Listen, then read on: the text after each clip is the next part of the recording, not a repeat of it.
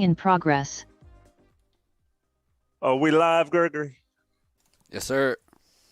Welcome into On the Beat Live. I'm your host, Tommy Ashley. We're sponsored by Johnny T-Shirt, JohnnyT-Shirt.com. Got some special ones for tonight.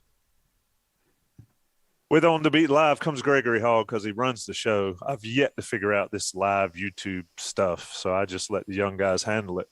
But the stars of the show, Mr. Tate, Frazier, Mr. Bryan, Ives, we're getting the band back together from a show we did earlier in the season, and we were just talking about it off air. So I'm going to bring you guys in right now. Let's get straight to it.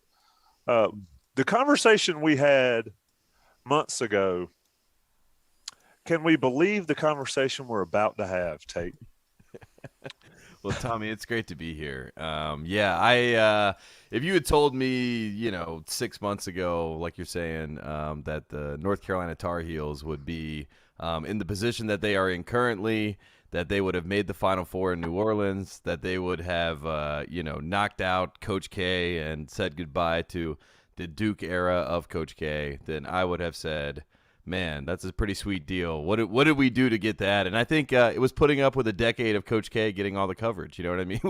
We put up with a decade of that, and it ended beautifully from our vantage point. So I'm happy to be here, Tommy. Bryan, jump in. We said a lot of mean things.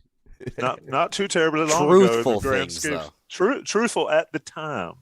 But it's just crazy how it flipped, right? Probably thought a lot more mean things than I said. That's for sure. But yeah, if you had told us before the season that UNC would make the Final Four, I'd be like, maybe, we'd be surprised, but maybe. But how the whole thing played out was just ridiculous. This team didn't just lose to Pittsburgh at home. They got annihilated by Pittsburgh at home. Pittsburgh didn't win another damn game. Excuse me. They didn't win another game the whole year. I'm not 100% sure they have a full, a roster right now. Pittsburgh is and to say not only that this team would go to the national championship, beat Duke twice. I think that Duke line was one of the biggest underdogs UNC's been against Duke, I think since 2010, when that game that didn't happen, I was on spring break, so therefore it didn't exist. The second game in 2010, this is the biggest underdog UNC's been against Duke since then. So no one saw that coming. And then just how it all played out, we talk about the Duke game in the Final Four, but the games leading up to that were insane. Baylor game is one of the craziest games in UNC tournament history. Yep. The UCLA game was an elite basketball game. UCLA was, I'd argue, the best team UNC played in the tournament, better than Duke. Yep. And then St. Peter's, the story was ridiculous. So that was nice. It reminded me of Tulsa. Speaking of Bill Self in 2000, we ran into these guys in the Elite Eight. That's nice. But how they got there is also just as ridiculous. And even though they lost a national championship game, that was an insane. The whole season, UNC's last month was a decade worth of moments. It was just bizarre. You nailed it right there. I was thinking, and Gregory, you can get in here. And by the way, folks that are listening, this is I'm the only former Inside Carolina intern in the room. I'm just a guy that called 25 years ago and complained about my subscription. These guys actually have put in work and now they're famous. Gregory, you're on your way, but get in here, because my fear for people like you, Gregory, and my son that's at Carolina now and all is this isn't Carolina basketball. This is not what it's supposed to be like. You're not going to experience what we all got to experience at some point. And Gregory, then the switch flipped.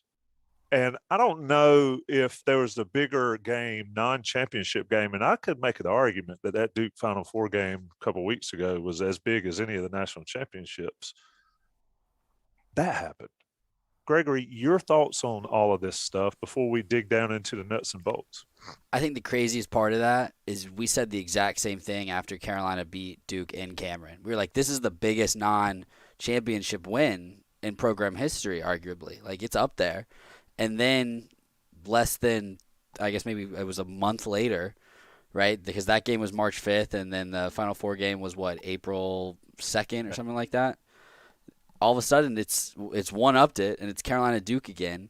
And I've said this before, but my friend who's a senior at Carolina like when we had these guys on the show, we were just talking with him about the mediocrity of UNC basketball and the football team let down and all of that. And he was like, yeah, campus isn't a lot of fun. Like sports is like, they exist, but like there's no excitement around it. And then it changed like that. So as far as what the students got able to feel now, I wasn't on campus in 16, so I have no idea what being on campus feels like for losing a national championship. I've only ever been on campus in 17 when they won the national championship.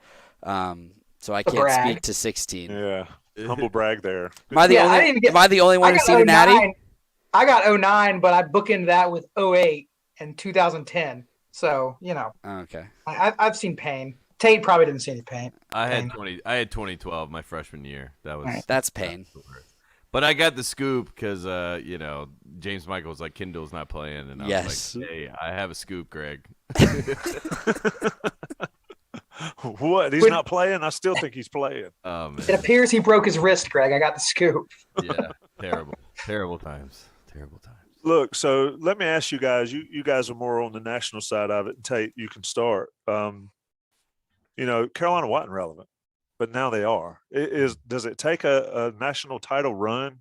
Is it that simple, or is there more to this that's going on for Hubert Davis? Well, I mean, I think that Carolina does, itself no help when it comes to the PR, right? I mean, a lot of this in college basketball is PR at some level. Duke is amazing at it. I mean, look at if you keep up with Duke, if you follow their accounts, you would think that they have not played North Carolina and they won the national championship, and that they have, the most 5-star recruits to ever come in. I mean, you have to almost live in these, bubbles of sorts when it comes to like this erratic fandom. But I think as Carolina fans, we have like an expectation, right, of Carolina basketball to be played a certain way and to, excel at a certain level. And that's why the frustration was all coming in, because not only did it, was it not working at first, it was, it didn't even resemble Carolina basketball. There was no secondary break. I mean, there was a lot of things that you're like, what is going on here? But I think the one thing that never wavered was Hubert Davis, the message of the Carolina way. He never broke, and he kept just talking about the national championship in New Orleans. And a lot of us, I mean, myself included, in December, I'm like, I don't need to hear about the national championship at this juncture, right? I mean, this is crazy.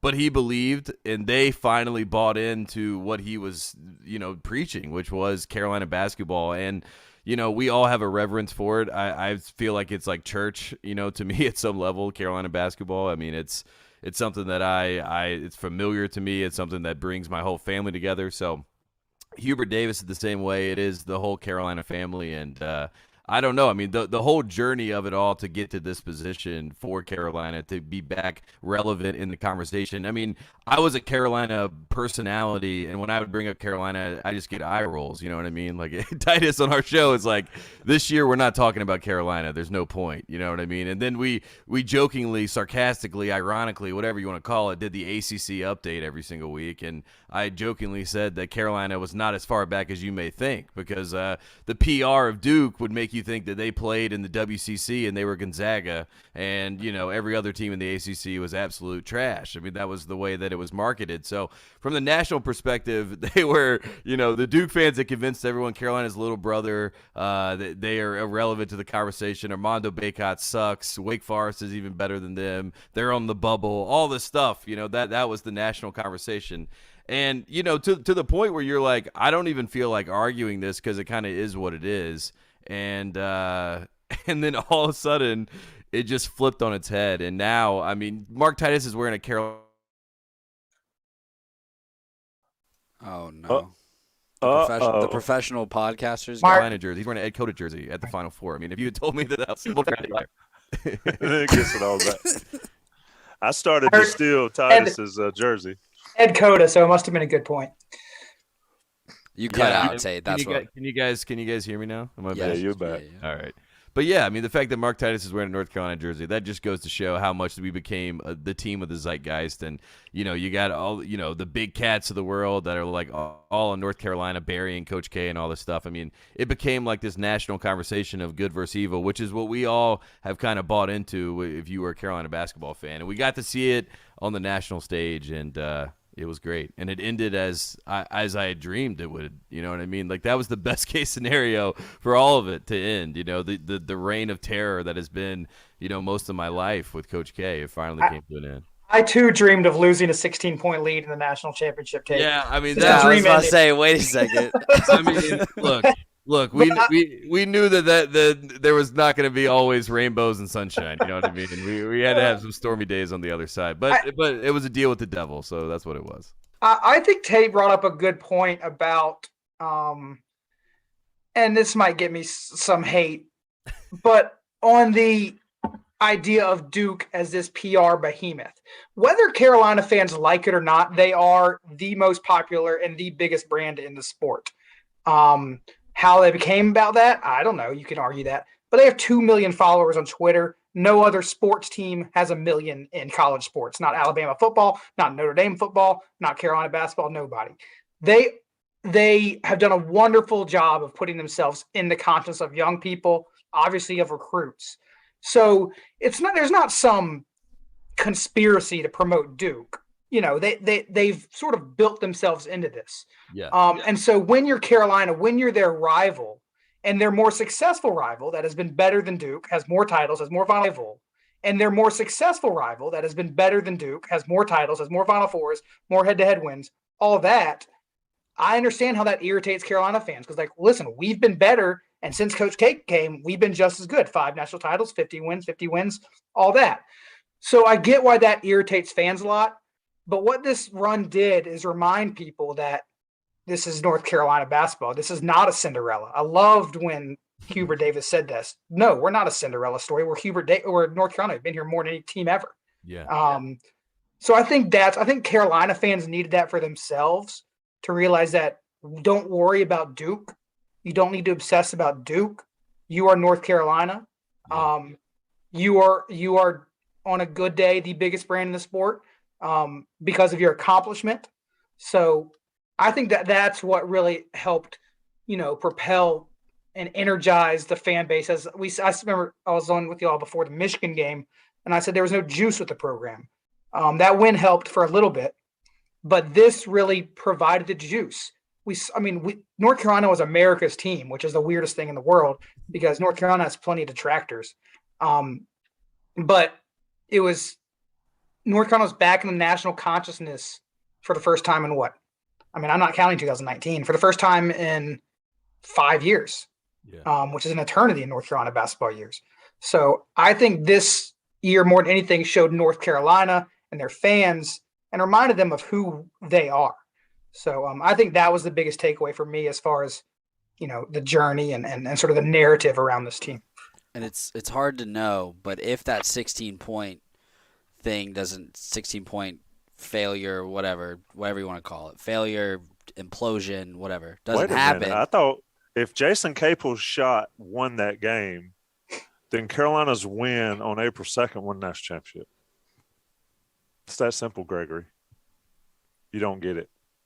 Jason Capel's shot. I know what you're talking about, game. But it's not what I'm talking about. Sorry, the old guy will step out there.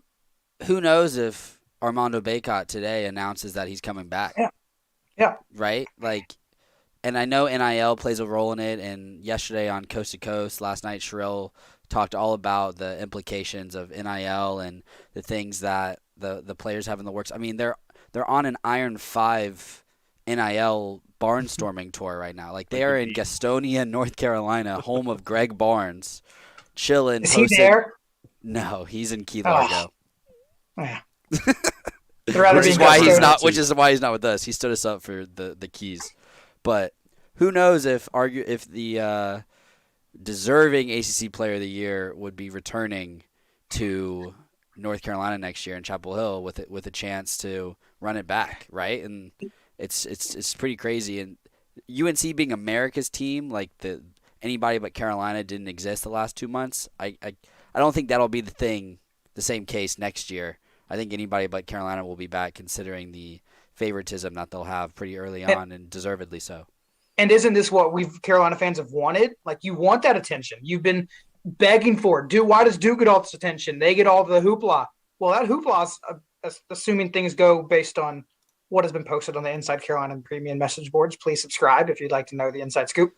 If that happens, then North Carolina is going to be that team that gets all that attention. So this is what Carolina fans have wanted. This is what they've begged for. I mean, this is going to be it. And I think it's so cool how a lot of the worst, or like not the worst moments, but like some heartbreaking moments in Carolina history have directly led to wonderful moments the next year. You can go back to 81 with Al Wood. He obviously wasn't on the team in 82, but 82, James Worthy led him back. Certainly 91, what happened in the Final Four, probably motivated to what happened in 93. Certainly 8 and 20, 2 years later, 05, 08, 09, 16, 17. So I think Carolina fans have that in their mind. I mean, obviously nothing's guaranteed, but it is cool to see how sort of close calls and heartbreak have led to almost immediate success in this program's history. Let me let's put these two Duke games into perspective for folks like you guys. And Tate, I'll come to you first. Y'all talked about it a ton on your show. It was quite hilarious. If folks haven't listened, go back and listen to the Titus and Tate shows right after those Duke games.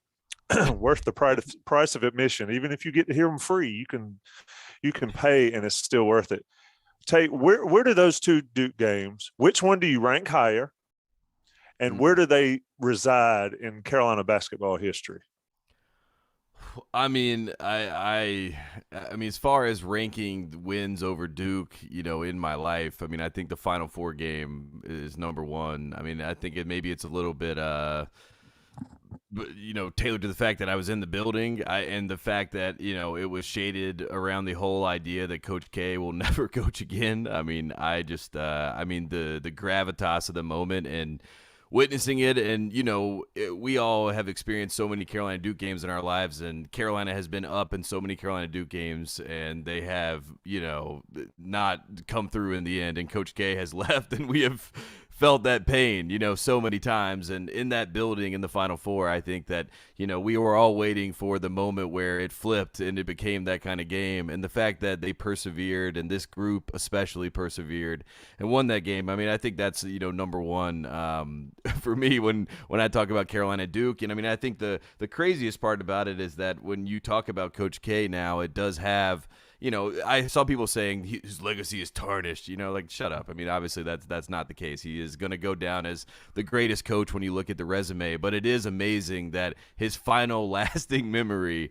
in the minds of the general basketball consciousness is that he was not able to get over his rival on the biggest stage. You know what I mean? And when you think about the Dean Smith part of it, where the national, public seems to have forgotten that everything that K does, that everyone loves, he kind of stole or mimicked from Dean Smith, at some level. So, I mean, to have that kind of all come full, 180 in front of the world on a national stage, having the world be able to enjoy a Carolina Duke game that is such a regional, local thing, and it be, in a national space, I think that's number one to me. And then the game at Cameron, I mean, that is like out of a tragic, like Shakespearean, I don't even know what you would call that. I mean, the staging of it all, the theater of it all. I mean, the fact that Coach K broke character. I mean, the fact that he had the unacceptable speech, you know what I mean? And, look, 75-year-old Coach K, and I've said it on our show multiple times, he is not the Coach K that I talk about or that I envision in my head when I think of Coach K. I mean, he's a grandpa now. He does all these great things. He's, one of the, whatever patrons of Durham, as they call him. But at the end of the day, he does have that a-hole, for lack of a better term, that's inside of him, and for him to show it on that stage and for it to come from the competition, you know what I mean? And one of the things I respect about Dean Smith is, like, he's such a great sport. You could beat Dean Smith, and he would beat you to your locker room to shake your hand. And he shook Roy Williams' hand after getting tossed out of the Final Four. He shook every single player's hand. Yeah, but that's like to have those two moments to kind of exemplify what we've all kind of yelled about and screamed, or me personally screamed about for years. I don't know if they're 1-2, but I think the Final Four is number one, and the only way to even that out is if Duke plays us again in the Final Four and beats us. And I mean, good luck letting that fate play out again in history, and it'll never have the same gravitas, as I said, of the moment with Coach K. So I think that's number one for me. Where does Caleb's shot Bryan probably knows better, honestly. He probably has all the games and knows which one. But in my mind, recency bias, I think that's number one. What do you think, Bryan? I agree with Tate. Being in the building and seeing it and feeling it, I mean, it was like, I often say, the Geo punt return in the state game was a cathartic moment for Carolina fans. That was at about whatever time it was, 11 o'clock New Orleans time. Time did not exist. It was unbelievable. I mean, fun fact, I was at both of them. Amazing. The Cameron one was different for me. I was in pure work mode. I was working. I was doing the post-game show. So it didn't really hit me. I was like, wait, like I'm sitting there in the truck. I'm watching their up, like 3 or 4. I'm like, okay, it's cute. I look back and there's like 2 minutes and they're like up 6. I'm like, like, no, right? Like the first time I believe they would win that game, I believe, was when I think it was Armando blocked AJ Griffin after a steal on a fast break, and that's when I was like, oh, I got to change my whole show. Carolina's about to win this game. My entire rundown, like, I had been preparing for this thing for like a week out. Like, wait, what? Like, can we get a guess from UNC? Like, how do we handle this? Yeah, so that one, like, in a weird, and this is kind of weird, we will see more of that game. Yeah. Like replays, stuff like that down the road. Simply, that's a purely rights thing because the NCAA doesn't allow anybody to show anything. It's like the Olympics. We will see more clips of that Coach K and Cameron game. You just will on ESPN and everything. Yeah, you'll see that GIF. You'll see we'll see it more. So I think we'll remember that one more just we'll see it. But in terms of significance, Final Four is always going to take cake. But I do think the one in Cameron will be more visible. And I kind of think the one in Cameron was maybe more gratifying, and the one in the Final Four is more relief. Yeah. So because like when you got to the Final Four, like everyone knew Carolina could win that game. No one thought UNC was going to win in Cameron. So that was like, whoa, like that's a gratifying upset. And then the other one, you had the combination of, UNC made the national championship game off that win. It's a huge win, just so more significant. But the gratifying win, I think Cameron was, for fans, was more like that was awesome. Yeah. The fact that you bookend Coach K's career with losses to Carolina. It's hilarious. After losing by 20 earlier in the season, I think that makes it even more incredible. Like, they didn't look like they deserved to be on the same floor as that team. There's no way he lets it stand. I mean, it's so funny. I remember analysts saying, like, about that first game, like, talking to people I work with about the game, like, oh, Carolina didn't play that bad. They just missed shots. I'm like, what are you talking about? They got annihilated. Like, what do you mean it was almost 30 at one point. Like, you don't just miss shots and get down 33-2 or whatever it was. You get destroyed. And UNC only had like 4 turnovers. NBA lottery pick for sure in that game. I mean, he was unbelievable. Yeah. I was I can't believe I didn't pick up tickets to go see this game. Like 30 seconds into the game, I was like, yeah, I'm glad I didn't spend that money to get into that game. We should have all known when Leaky made a 3 to start the game in the Superdome. Like, oh, this might go well. Yeah, I did. My heart kind of just fluttered. I was like, dude, we have a chance tonight. And then he missed like 3 straight terribly. But, then he made a big one late, but yeah. We love him. So let's take it one step further, and you'll listen to On the Beat Live, InsideCarolina.com podcast. Tate, Frazier, Bryan, Ives, Gregory Hall, and Tommy Ashley. Where do we put Caleb Love's shot? That's been a lot of people's discussion. Where's Caleb Love's shot? I'll start with you, Bryan. I mean, you've watched a ton. Unfortunately for me, it's not above anything that led to a national championship. It's not above Luke Mays. It's not above Michael Jordan's. Yeah. It's not above my man Joe Quigg's 3 free throws in 1957. Shout out Joe. I think it was Joe Quigg. Sorry if I messed that up. So like I think you do have to look at the end result, like what that shot led to. That shot led to more of a positive because it was a negative for the other team than a positive because it led to a positive for Carolina. So that's where like a Luke May shot separates for me, because Luke May doesn't make that shot. Malik Monk's going for 15 in overtime and UNC's losing that game. Like unless Dontre Styles popped out as a 14-year-old and makes a three or something. But like obviously Jordan shot won a championship game. So did Fred Brown's pass. But like, you know, those shots led to titles. I think it's the biggest shot. Like it's higher than like Rick Fox against Oklahoma, for example, which is I think the only buzzer beater UNC's ever had in an NCAA tournament, I think. So it's higher than that. So I'd say it's the best shot that didn't lead to a championship. So I'm in third, to be honest with you. But I do not put it ahead of Michael Jordan or Luke May. So it's bigger than Marcus Page's shot. Yes. It's the same thing, but a little bit better because it did won lead the to game. Duke's departure. Yeah. And Duke's departure. Yep. Yeah. Mark, unfortunately, Mark, I mean, that's the greatest shot in a losing game you'll ever see. Yeah. What do you think, Tate? No, I agree. I think that's exactly it. I mean, Marcus is the only one that you think, you know, but it sucks that Marcus was literally followed by, you know, a bigger shot that Villanova fans love to remind us of every time that you bring up anything about, you know, North Carolina or Villanova. So, and love Chris Jenkins that he came for the ride in 2017. I think it's above Isaiah Hicks's shot in 2017. I know. I just wanted to say that for Ives. But that was a big shot. That was a big shot. Love It was Ives. a layup. I mean, Marvin Williams' shot was big too. It was beautiful. That wasn't a layup, man. He floated. I mean, Caleb Love's shot took moxie. Like over a 7-footer. It wasn't a follow like. I think it makes it better that it was over Mark Williams too. You know what I mean? It was pure, and people forget the shot to take the lead, like with like maybe 3 minutes to go, where he just drove at Mark Williams, and just whooped it around him. Like he attacked Mark Williams in that late in the second half, which, you know, had some moments. And then Mark Williams claimed rough last 3 minutes for Mark Williams, future Charlotte Hornets rim protector, but like.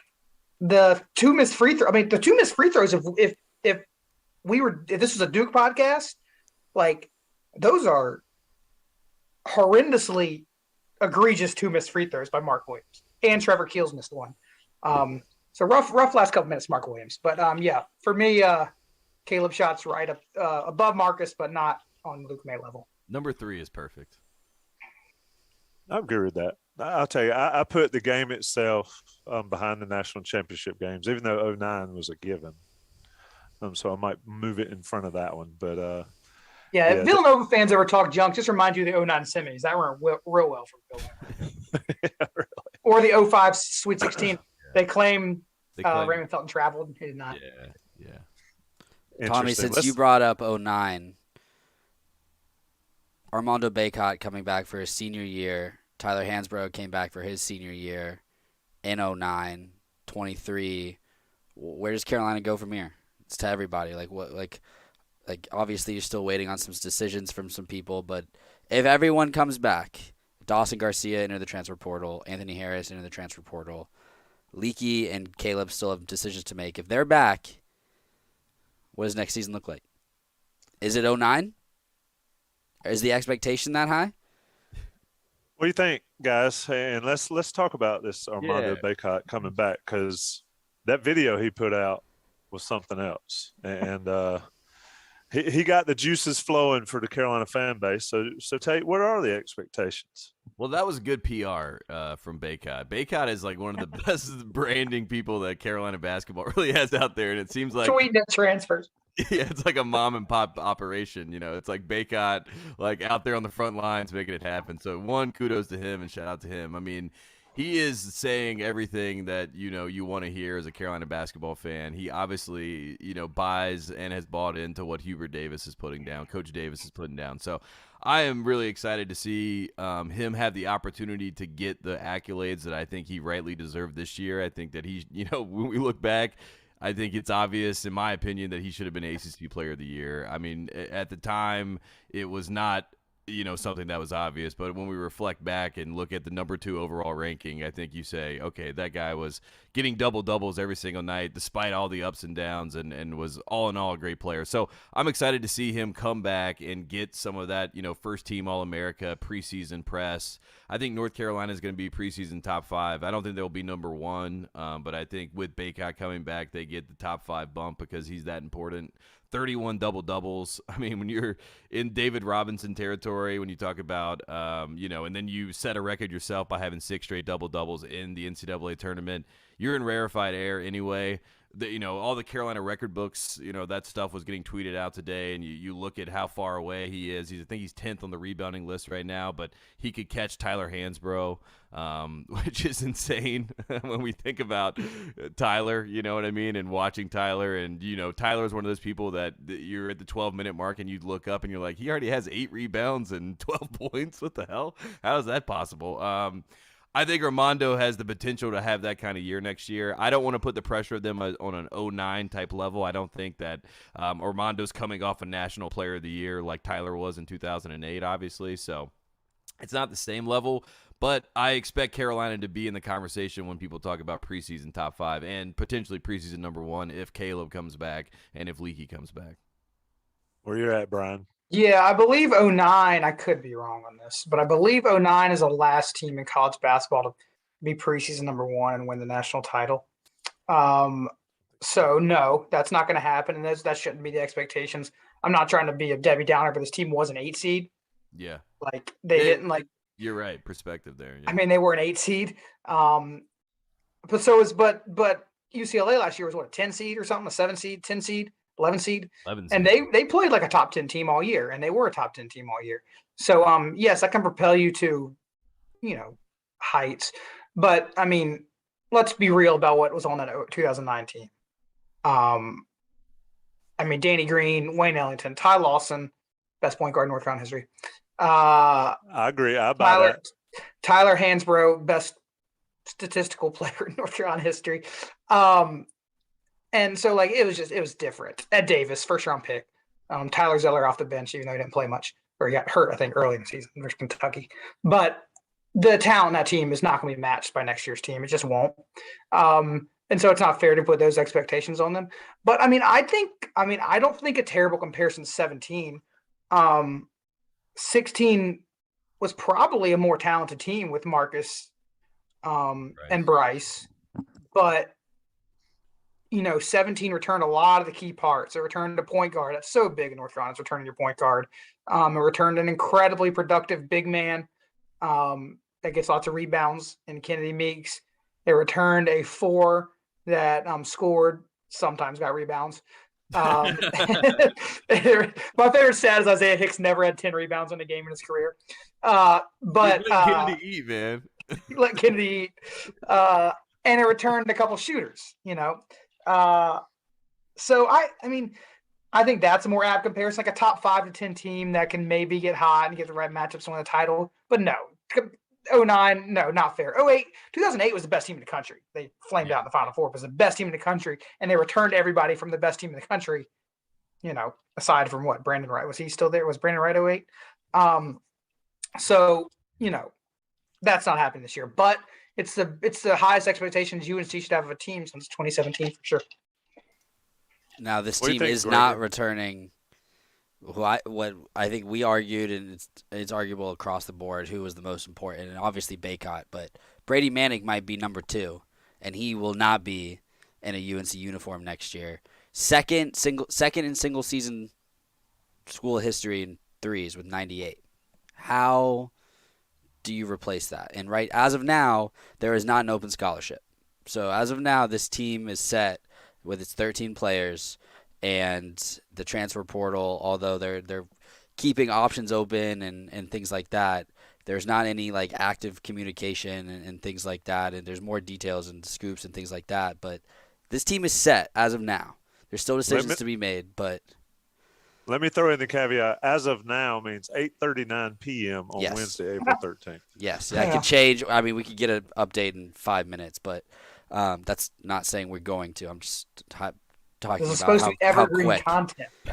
My bad. Really, there is no off season. But there's no Brady Manick coming back on this team, and you just mentioned that the 09 team and the 17 team, brought back some shooters. UNC is not bringing back its best shooter. So how do you replace that? Go, Bryan. I think one thing people fail to forget is natural improvement of players. Think about the leap. I'm looking at RJ Davis. RJ Davis made from last year to this year. He is a floor general and he can make shots. I mean, take another. Not saying he's gonna make as equivalent of a jump, but he continues to get better. That'll help. Caleb, 3-point shooting is not an issue for Caleb, but if Caleb, as we saw in the tournament, can get downhill and get those 2-point buckets, it helped. He drastically improved. So I think you're looking at improvement from players. You're not going to that kind of make up for Manick because a Puff Johnson or a Dontrez Styles is not going to beat Brady Manick. I know a lot of people are going to hype up Puff this offseason because of that national title game. I think that might be a little unfair to him. He still has a lot of physical growth. If he's going to play a 4 in the ACC, Jonas needs to get with him. I don't know if y'all I think maybe sneaky the most important play of the national title game was, I forget, it was one of the free throws Duke had, and Paolo just annihilated Puff on the box out and was about to get that ball and tie that game up. I think it was after Caleb made 1 or 2. So I think it was Keels. Yeah. Keels missed a second, I think. And Paolo was about to get that rebound and put it back to tie the game. And Caleb swooped in there the last second to get it. But Paolo had no issues moving Puff out of the way on the block. I mean, so Paolo's that's a different type of I know, but Paolo's big, but like he's not like 6'11". You know, he's big, but he's 6'10". Well, 1 inch makes all the difference, in the NBA. But like my point is, like, he's going to need to get bigger to where he can box people out. So I don't think it's fair to expect him to come out and put up Brady Manick productivity. So I think it's going to take little incremental jumps by various players on the roster, notably Puff, Dontrez, and the 2 guards to really sort of step up. And people also forget they're bringing in Seth Trimble, who should provide a little bit of scoring. Don't know what to expect from Jalen Washington off injury, but they're not bringing in people as well. So I think just little incremental help from various players. Tate, do we forget or are we downplaying the fact that Hubert Davis was walking down the street and found like a 10-pound golden nugget in Brady Manick? Yeah, I mean, look, I think Coach Davis, from what I hear, he's in the transfer portal. He's calling people. He's checking in on people. The staff's checking in on people. So that's good to see. I think that they're active and they're trying to make sure that they let people know that they are active, even though, as Gregory said, there's technically no scholarships as of now. I think the answer is pretty easy. There's one man that's on the tour with the Iron Five right now, and he's not a part of the Iron Five, and his name is Puff Johnson. You know what I mean? He's on the tour. I think he's learning the ropes of what it means to be a part of that group, that core group. And if those 4 guys come back and they have Puff as their 5, and you have a guy like Styles and, as Ives just said, a guy like Seth Trimble who maybe can come off the bench and create his own, maybe make that second unit even more formidable. And Styles can step in when you need to. And I don't know who they're going to look at if they do have a scholarship open up. But, I mean, this Efton Reed kid, I know they looked at before, who was at LSU, and he's from Richmond, and he's a 7-footer. And I would love if Carolina was able to find another big for behind Bacot, but a non-threatening big. You know what I mean? Like what UCLA did with Miles Johnson was perfect. Cody Riley was like, "I'm right-handed, you're left-handed. We play different. We can split minutes or whatever." I mean, I think they need to find like an actual big to put behind Bacot, if anything. And maybe they don't need to do that because, Hubert seems to think that they can throw in bodies and they'll be fine. So it's not a threatening thing. We don't need you to be too good. Just be like pretty good. Like not too good though. We don't want too good of a player. Yeah, we want solid. We don't want Bacot to start thinking that he should start over you or something like that. I think you bring up a good point though. They can't do this 5-6 player thing again. I think they need depth. I think Styles provide. I think Puff will provide it, but that's. I think Trimble could provide it. I think Trimble provide it, but they until the last 2 games with Bacot, Carolina was extremely lucky on the injury front this year. They didn't really have any injuries. Yes, they had Harris not available, and early in the season, I know Garcia got hurt, but from January on, they got really lucky with all those guys playing all those minutes and no one significantly getting hurt. And that's a dangerous game to play. So it hurt them in the national championship game. Sure. That's what I'm saying. Like, I mean, Brady Manick's on this tour and probably isn't sure if he's in Greensboro, Gastonia, or Greenville. He got the head knocked off twice. But like, I think depth is going to be important for this team because I think it's a dangerous game to play 5 or 6. So I agree. They're going to someone, whether it's Styles, Puff Johnson, or transfer, is going to have to, or Kerwin. I mean, if Kerwin's back, like, that's more offense off the bench if he can sort of get up to speed defensively, up to Hubert's standards. Is another player that I know. I don't want people to give up on yet. Yeah, I would love if Kerwin decided to buy back in and that's a shooter. What was Brady's knock all season? Well, he doesn't guard. He doesn't guard. Well, yeah, but he's 6'10" and can make shots. Kerwin's 6'5". He's perfectly big enough. And obviously we know he shot a decent percentage this year. He didn't fall off a total cliff. So if he can sort of get up to snuff, and by the end of the year, Manick, he gave up buckets to Paolo, but he stood his ground against Aluma and Paolo, and he made them make buckets. They weren't just getting to the rim at will. He made them at least put some effort. So I think Kerwin's another guy, if he's back, that could provide that sort of shooting spark. My only beef with Manick is not putting McCormack on the line there at the end. He's got to make a 40% shooter or whatever he was, shoot free throws there at the very end of the national championship.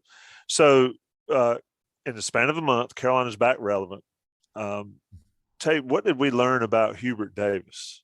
I mean, the dude was right the entire year, the stuff he preached. And we listened to it in November, December, quite frankly, going, he doesn't know what the hell he's talking about. But he did. Yeah, look, when Hubert Davis got hired, I called BJ Armstrong, who I do a show with and who I consider my basketball confidant in this life. And I called him and I said, what should I think about this? You know what I mean? Because I didn't know what to think because Hubert had been on staff for 8 years. You didn't hear much out of him. The only thing I did hear about was a couple times in the locker room in certain games he had snapped and everyone was like, oh, wow, okay. He's really locked in. We didn't really know this, you know what I mean? But he's kind of he moves in silence, and he's a very affable guy. He's a very likable guy and, a nice guy, right? We joke on our show we have good guys and bad guys. I mean, he would be a nice guy was what most people would say about Coach Davis. But what BJ said to me that day in April last year when he got announced was that he had been around the 2 best coaches that he knew in basketball and had been in the huddles with them and had soaked it all up, and he knew the game and loved the game and loved Carolina for real. And Pat Riley was one of the coaches and the other one was obviously Coach Smith. So Hubert I think he has made his own staple on what his version of Carolina basketball is, which is the way that he wants the game to be played, which is, quote unquote modernized, which, everyone is enjoying, his take on it. But at the same time, I think he has kept the Carolina tradition that we all love and we all recognize and we all, love being a part of. And he preaches it and he practices it, and it resulted in, a great successful first year, and it feels like it was right. You know what I mean? It was right all along. And I was happy for Roy. Roy is one of those guys that, he is invested so much in Carolina basketball and invested in so much in, the Coach Smith passed the baton to him, and he takes that very seriously, and he takes pride in that. And when he passed baton to Coach Davis, there was a lot of people, obviously everyone was like, wow, I didn't see this coming. I don't know how this is going to play out. And now you can really never doubt the guy, right? As we move forward, obviously we are fans and people are going to doubt and question the coach and think that they're better from our couches and our vantage point because that's what we all do. But at the same time, this season could not have been going in one direction. And the fact that it flipped the other way, now you almost have this is our sample size says Coach Davis knows what he's doing, you know what I mean? Which is a beautiful thing because there were so many people that were questioning him, questioning his, his character, questioning his ability to coach. And so there's still moments where I'm like, what is going on here? But he was figuring it out. It's his first year. We can't expect some guy to just jump in and immediately start swimming and looking and getting everything done correctly as we expect. And, my big takeaway for Hubert Davis is I'm really happy for him. I loved watching his press conferences. We Bryan, and all of us, we've watched a lot of press conferences in our life, and they say the same mundane, boring BS, and we all kind of roll our eyes and move on. But when I heard Coach Davis talk about this team and talk about what it means to play for Carolina and talk about how he wanted these kids to experience what he experienced at Carolina, and that was his main driving force, it captivated you because you believed it and it was genuine. And I think that's what you want to have representing, Carolina and representing your program. And I'm just so happy for him. And I hope that he get some time this summer, before things ramp up again, and just gets to soak it in a little bit because he deserves it. And he went through fire, and and he came out the other side, and you couldn't ask for anything else in your first year. It's hard to top that, for someone that's going to start his first year at Duke, no matter how many 5 stars he gets to commit to him. Is he a true player's coach? Is that as player's coach as you get? I mean, what else would he be? Do you see the shots Caleb Love takes? Yes, he's a yeah. player's coach. Yeah. Caleb has never once looked at the bench after taking a shot like, I'm going to get pulled out of this game, because he's like, Coach Davis says, go for it. I see. What I love is he went through the fire, and he had no idea he went through the fire. Like, true. He literally has no idea.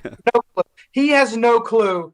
Like the reaction of. I mean, he can have an idea, but like he doesn't bother himself with that. Like. It's just as different. Roy didn't either, but Roy has been around the block or not. Kansas, he knows what the deal was and how reaction was. Hubert is just like he's in on that team. I hope it doesn't exhaust him too much, because I can imagine that's pretty exhausting of being so all in for so long. Like he said, he hadn't had a chance to think about anything else since the day he was hired. Like Roy got a few rounds in, I'm sure. It's so I hope. He's able to at least reflect a little bit on what he accomplished this year. But as far as on the court, what have Carolina fans been begging for years? Spacing and pick and roll. And timeouts, but statistically timeouts make no difference. Ducks, I see. Timeouts make no difference. They're a waste of time. But because we got places to be. But coming from a producer's stats guy. Well, if at producing studio shows, I like timeouts because that shrinks the amount of TV I have to do on the backside of the games. But as far as they wanted pick and rolls and they wanted spacing, and North Carolina beat Duke twice this year because of pick and rolls. They brought Mark Williams out, they put him in a pick and roll, and they just ate him up. And so like his coaching beat Duke twice, and it's something like. The amount of pick and rolls they ran with Caleb and especially RJ were just difference makers. And so I think X's and O's Carolina fans had to have loved that. And then I'm sure we've heard this answer. I loved when he kept saying over and over, like, I'm so happy these guys to get to experience this and get to make their memories.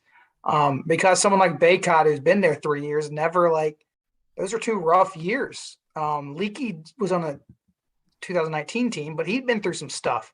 So I love that he was emphasizing and really, really wanted those guys to experience what Carolina basketball is all about, because, that's why you come to UNC. So, as Tate said, awesome for him. And I think awesome for Carolina fans to see what he was all about. And the Hornets are getting annihilated. Yeah. So I just looked at the score. What's crazy is how many times did we see Carolina get worn out on pick and rolls over the last couple of years before this year, and then Carolina's doing it. Two bigs, man. It's hard. That was the cool thing, watching Hubert Davis implement that, and Carolina do what had been done to them repeatedly. Gregory, give me something, and then we're getting out of here. It's about 8:53 on the East Coast. Tate and Bryan have been great to join us for almost an hour. What you got, Gregory? Bryan, you mentioned the importance of a returning point guard. And when you go through this past season of who made what improvements, obviously Armando doing what he did at that level, you're not going to predict he's going to finish with 31 double-doubles. So that's one. Caleb being able to make those shots that he make and keeping his confidence high. And he still showed some inconsistencies from year one, but he made a significant leap.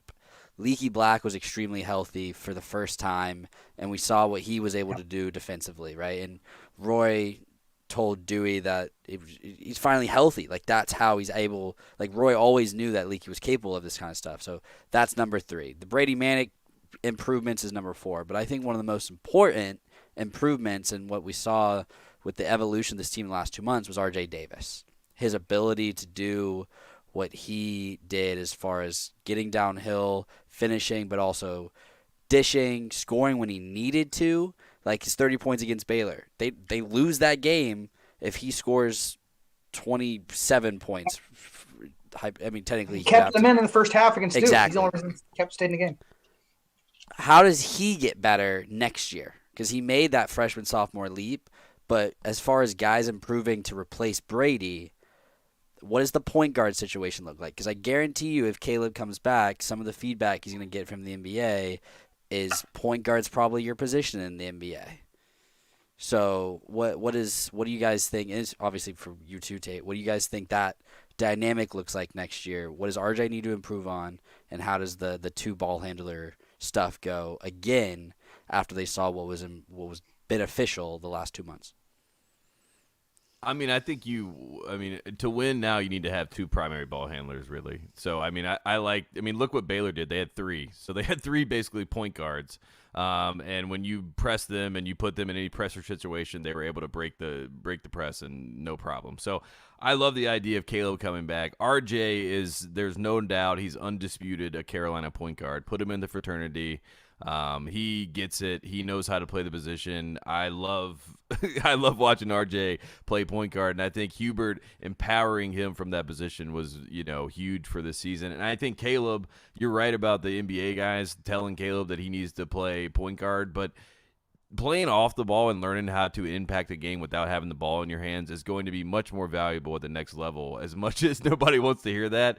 I mean, Jaden Ivey, that's one of the things that all these NBA scouts love about him, is because he knows how to play off the ball. And Matt Painter was like, I'm not going to give you the ball, which maybe to his own detriment at times, right? But Hubert has found a great mix and match with them. I think that Caleb at times late in games when you need someone to go ISO and get a big shot, as we've seen against Duke and against UCLA, give him the ball and let him go. But for the rest of the game, let RJ manage it. Let RJ get people in the right spots. Let RJ get Mondo his touches. He just does everything that he knows that he's supposed to do in a game. And it doesn't hurt that the guy can score at 3 levels. I mean, the one thing that I think RJ can improve on is finishing at the basket, but he's a small guy. So, I mean, if I were him, I would just be cranking Kyrie tape, because I don't know how the guy finishes around people. I really don't. The only reason I watch Kyrie Irving play is to figure out how people don't block his shot. And if I was RJ Davis and I was a New York point guard tough like that, I would just watch that tape and try to figure it out. And if he can get his left hand, and he already has it to a certain level, but if he can start finishing with that left hand consistently, with his offhand, and be able to create separation from bigs, I mean, you have a guy between him and Caleb that if we need to get a shot and we need to get a bucket, you can't find 2 better guards in the country, in my opinion. So I think if they both come back, they both should have a really good year if they stay healthy. Yeah, and one way you get better finishing at the rim is you're a threat to pass when you get in there. I think he can improve on sort of dishing off and finding the open man underneath. I thought Caleb was a little better at that. Yeah. When he would get to the rim. We saw it against Clemson, the game when he played in Manic. We saw it in the capper. I mean, it was easy pass, but against Duke with a little tongue out, played a Baycott. I think RJ can be a little bit interior passer. I think that's where he can improve, and that'll open things up for him to finish. Yeah, he's always going to have limitations finishing because he's small and he's not crazy athletic. But I don't think there's any huge detriment to a game. I think he's a solid defender. He had 10 rebounds, I think, in the national championship game. So I don't think there's a huge detriment to the game. Just a full offseason of running point in North Carolina is good, because the people talk about his shooting and his shot creation. His best attribute down the stretch was the ability to control the pace of the game. Yep. He controlled the game. He's like, you want to go fast? We'll go fast. We need to go slow. We'll go slow. Like he would bucket. Let's get it. I'll get a quick bucket. Yeah, I got it. Like what I remember Steve Nash was known for is he'd dribble under the rim, be like, I can't get anything. I keep going. He wouldn't force some nonsense. And RJ was very patient with what he wanted. He wouldn't do anything until he found it. And then he'd create a shot 1-on-1 as a New York guard.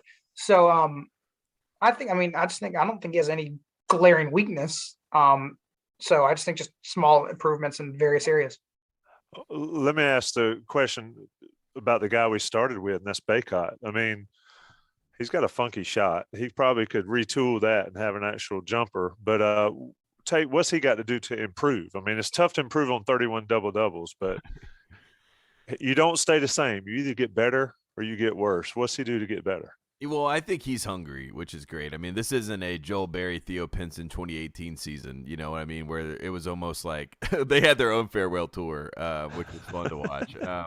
But I think Baycott is, I mean, yeah, you said it. I mean, if he can stretch out to, you know, at least the free throw line consistently and maybe, you know, top of the key three, that's something that he can hit if need be. But he doesn't need to focus too much on that. I mean, keep doing what you're doing, which is controlling the glass. And I promise you, at the next level, someone will give you a shot if you can rebound like that. And he has an instinct for it. He has a natural gift for it. He has the tools to do it.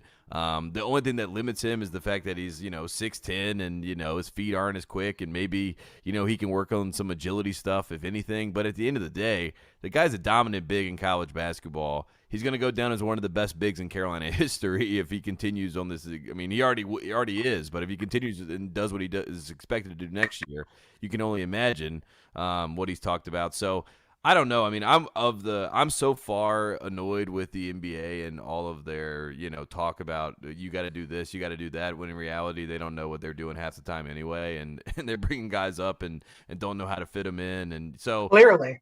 yeah, I mean, but Baycott at the end of the day, just, I mean, be yourself, be what's got you here. So I mean, rebound the basketball and let the rest come about. I mean, you know what I mean. Don't spend all offseason putting up videos of you shooting fadeaway threes. That would be my nightmare. One thing I don't think, like, if you excel, if you were an elite in one area, you can find space playing pro basketball. Yes, and he is an elite, rebounder. So I mean, I could see him working his way in the NBA roster one day. But I think give me a little Deion Thompson, little fadeaway 8-foot bank shot, something like that, where he doesn't have to go towards the rim every time. Some sort of put him on the back or like face up, quick little jumper. And when he does take a jumper, it needs to be quicker because that thing took a day and a half to get off. So, you know, quick little jumper off the glass, you know, watch your Tim Duncan tape, I just said Deion Thompson, Tim Duncan, same sentence. Watch your Deion Thompson and Tim Duncan tape. Get those little short mid-range jumpers off the glass. I think that's something he could work on to sort of free him up a little bit. And fouls. I mean, he especially next year, there's no Manic. Obviously, there's no Garcia. There's not going to be Jalen Washington's working back from injury. He is vital because the second biggest player in the team is Puff, Dontrez Styles outside of Jalen Washington. Well, technically Will Shaver, but he's not ready. Baycott needs to be on the floor. God bless Will Shaver. Yeah, so he can't foul against the good teams. So might need to take a couple defensive plays off. But yeah, just a short little jumper and he'll be just fine. Now teams are going to throw everything at him. I think Paul Biancardi tweeted today, like ACC coaches are already going to work on their post defense starting tomorrow because I know Baycott's coming back. And they were working on it this year, but you know, nobody expected Baycott to be the best player in ACC this year. So he'll be facing some different things next year, but he's a smart guy, academic all ACC. He'll figure it out. And, I mean, if they're double teaming him, he can pass out of a double. Yes. I think that might actually be great if teams start doubling him in the post. That might actually open up things for Puff and Styles to have open shots, build confidence, and then, you know, you're off to the races from there. I think Manic helped him with that a lot. Yep. I think Manic helped him with that a lot because Manic, remember at the beginning of the season? I bet y'all had these podcasts. Like, Manic's a really good passer. He's the only one that moves the ball. Yada, yada, yada. Yep. The team learned. Like, he taught the team essentially how to move the ball, and Baycott was one of those. So I think that'll be a lasting legacy of Prairie Bird. Bryan, you talked about fouls there. I'm just curious. I mean, Jay Billis goes on and on and on about the physicality of the game and how he hates that it's more like a wrestling match than anything. What are y'all's thoughts on the physicality of college basketball right now? Is it too much? Yeah, I mean, yeah, you talk to Jay, like everyone opines about the 80s. Oh, it was so physical and like everyone like, you know, killed each other. And Jay's like, no, we weren't allowed to touch anybody. Like, that's why the game was so good. Ralph Sampson was so good because you literally couldn't touch him, and he was 7'4", just dropped the ball in the basket. And so he has a point. Like it's like the physicality is good because it's rough and tumble, but it does make, if you're not as skilled as these NBA players, it's going to make for some ugly basketball at times. Yeah. So I do think they can free it up a little bit, but at the end of the day, the thing that makes the game look great is skill.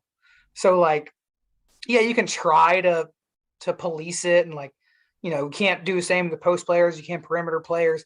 But in the end, if you're good enough to make shots, the game's going to look nice. If you're good enough to make the right pass, the game's going to look nice.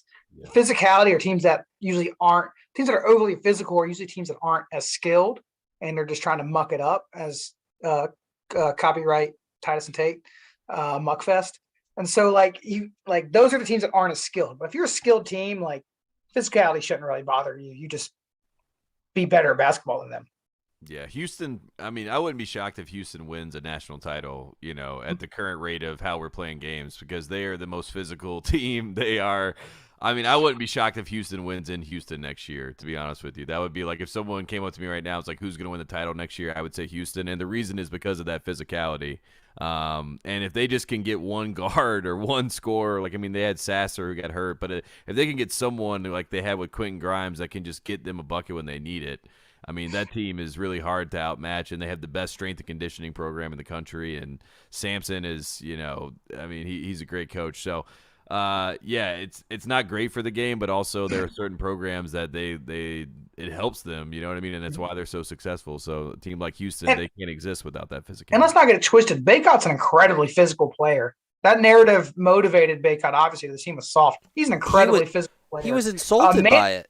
Yeah, he should have been. He's always been a physical player. He has been the day he set foot at UNC.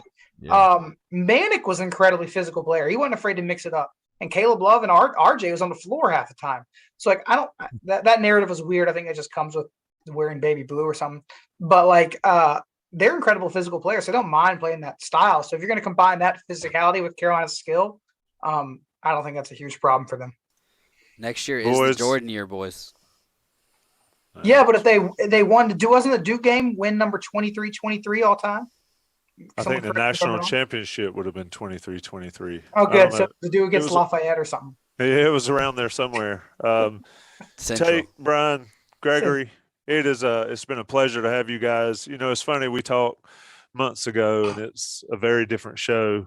It's crazy how sports work. Crazy how Hubert Davis was right. That's the motto of this story. Hubert was right. Tate predicted the ACC champion. Hubert knew, Tate. Hubert knew. He knew all along. I mean, I'm just so happy he knew. I've never, people are like, don't you feel like an idiot? I'm like, please. I'll feel like an idiot every single day if Carolina continues to go to Final Fours. Absolutely. Boys, it's been fun. It's been On the Beat Live. We're sponsored by Johnny T-Shirt, JohnnyT-Shirt.com. Take care of them. Get you some Inside Carolina swag, too. If you like Tate Frazier, you get stuff sent to the West Coast. Thank you, Michelle. You're the best. Bryan, Michelle, Bryan's sending a flare out. He needs some stuff. Boys, it's been fun. Gregory, appreciate you doing it. We will talk again soon. Tate, we need a shout out. This Inside Carolina podcast needs a shout out on the Big Boy Pod. So yeah, I got you. I'll shout it out. I mean, my brother listens religiously to this, so this is actually, I think, the first time he's listened to me probably in months. So he's like, "Oh, you're going on with Tommy? That's perfect. I got to tune in." So yeah, hopefully I'll be back again soon. We got good things to talk about these days, which is nice. We will get you both back on here as much as possible. Gregory, appreciate it. Folks watching, a lot of y'all in the chat, appreciate all the questions. We'll get at you next week. Thanks, boys.